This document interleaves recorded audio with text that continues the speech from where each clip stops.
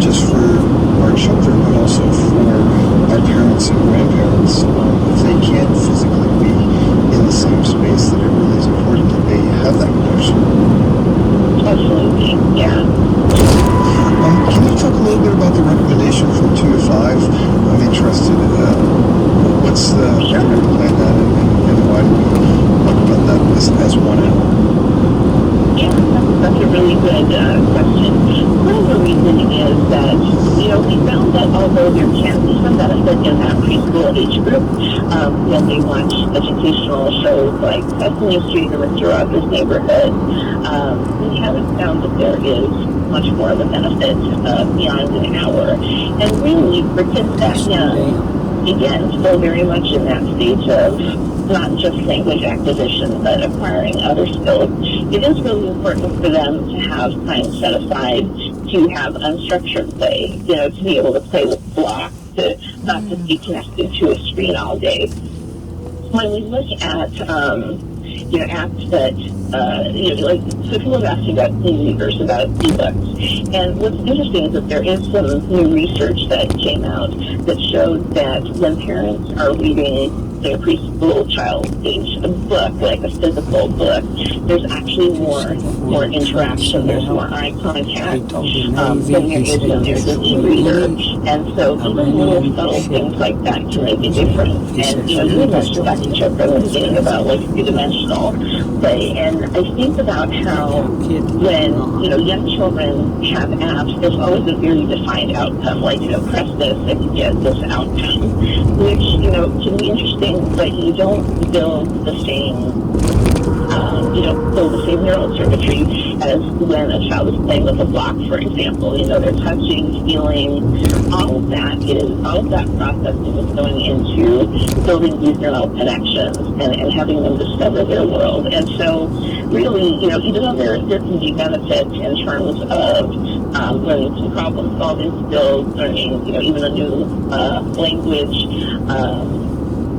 there hasn't been much benefit beyond, limited high quality educational time for that age group.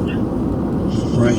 And, for older children, then you're saying as long as it doesn't interfere with other activities, there isn't an actual number that you're recommending? So the reason that we came to that conclusion after having the no more than 2 hours total for many years is really because we recognize that we just live in a new world that is different from what we lived in 20 years ago, where kids and teens especially are going to be connected by phones. So we wanted to have still as a baseline, and I still say this to my patients in the clinic, if kids are spending much more than 2 hours a day on entertainment free time, which includes like social media and other types of networking, they probably are having some other area of their life give, whether that's the time they can do homework or participate in other activities or frankly sleep at night. And so I still put that out there to people as a guideline, but also encourage them to look at it in the larger context. And one of the tools that we use at the American Academy of Pediatrics and is available for all families is the Family Media Use Plan, where actually if you go to the healthychildren.org website of the American Academy of Pediatrics, you can put that in and you can actually create individualized plans for every family member where you set some guidelines. And then you actually look at this representation of the time that you spend sleeping, doing homework, going to school, and you really look and there isn't much more time, honestly, than about 2 hours without cutting into something else if you're spending more than that on screen time. Right.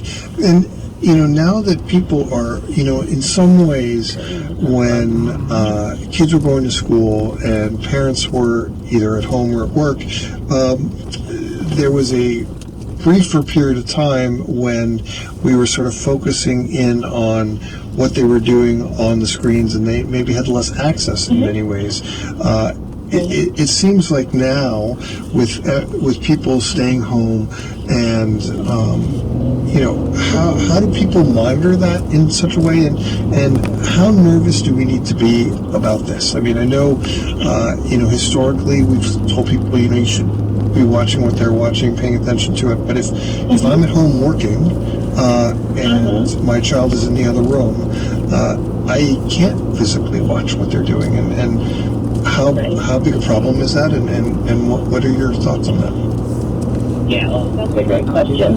And, part of that is just reality. I think we're all in survival mode right now to one degree or another. And in order for parents to actually get work done at home, sometimes, that means, being in a separate room and having the kids doing something else. So, yeah, of course, access is much more of an issue now than it was before. The size of our screens, the portability of our screens, it's very easy for kids to take screens anywhere. So that's a very real concern. What I recommend is that even if you can't stick to the rules you had before to a T, that's okay. I don't want parents to have another layer of guilt during a time that's already stressful. So, what I would recommend is, if you have to, close yourself off for a 1 hour meeting, with your work colleagues, maybe start something that you feel is child friendly, and that will keep your attention. So, it's going to be impossible to monitor every moment of their video consumption, but I think there are rules that people can implement to at least keep things from going off the rails. I think one thing is to agree as a family on some shows or movies that you can watch as a family, or that you can put on when you need to step away. As kids get older, obviously, it'll be important to allow them to have an opportunity to self-regulate. And I think that also teaches responsibility. But for younger kids, completely understand that sometimes you're just not going to be able to monitor everything, but do the best you can. Yeah, I also think there's an opportunity, and I'm interested to hear what your thoughts are. And you touched on it, but I think the idea of teaching people how to be consumers in a way that makes sense, but also,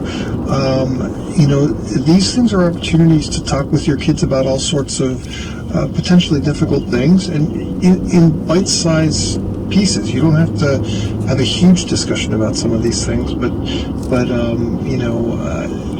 they're gonna, just talking about coronavirus as an example, they are going to get information by having a screen in their vicinity that we might not have chosen for them. And then the question is how do you deal with it, and what do you do? And in some ways, isn't that an opportunity? Oh, I think so. I think, number one, you can start to talk to your kids about media literacy, which is really to not just be consumers, but critical consumers, so that they can start to learn, in an age-appropriate way, what is coming at them and how to process that, how to find accurate, legitimate sources of information when you're looking for information about the coronavirus or any other topic. So, really talking to them about what characteristics of a web page, what are reliable sources, what happens if you just Google something, will you get the top hits, or will you get something that's actually reliable? This is something that we have run into for, I want to say, decades, with vaccine information. If you search for vaccines, inevitably you're going to be pulling up a lot of sites that are not accurate, that are not scientific,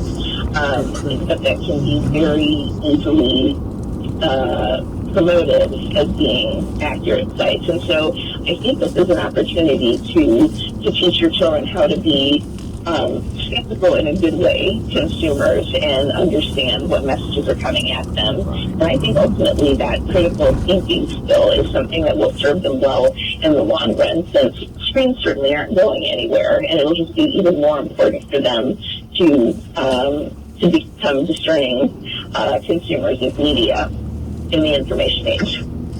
Absolutely. I mean, I think that they're going to have to learn how to navigate that framework, perhaps better than many adults are doing now.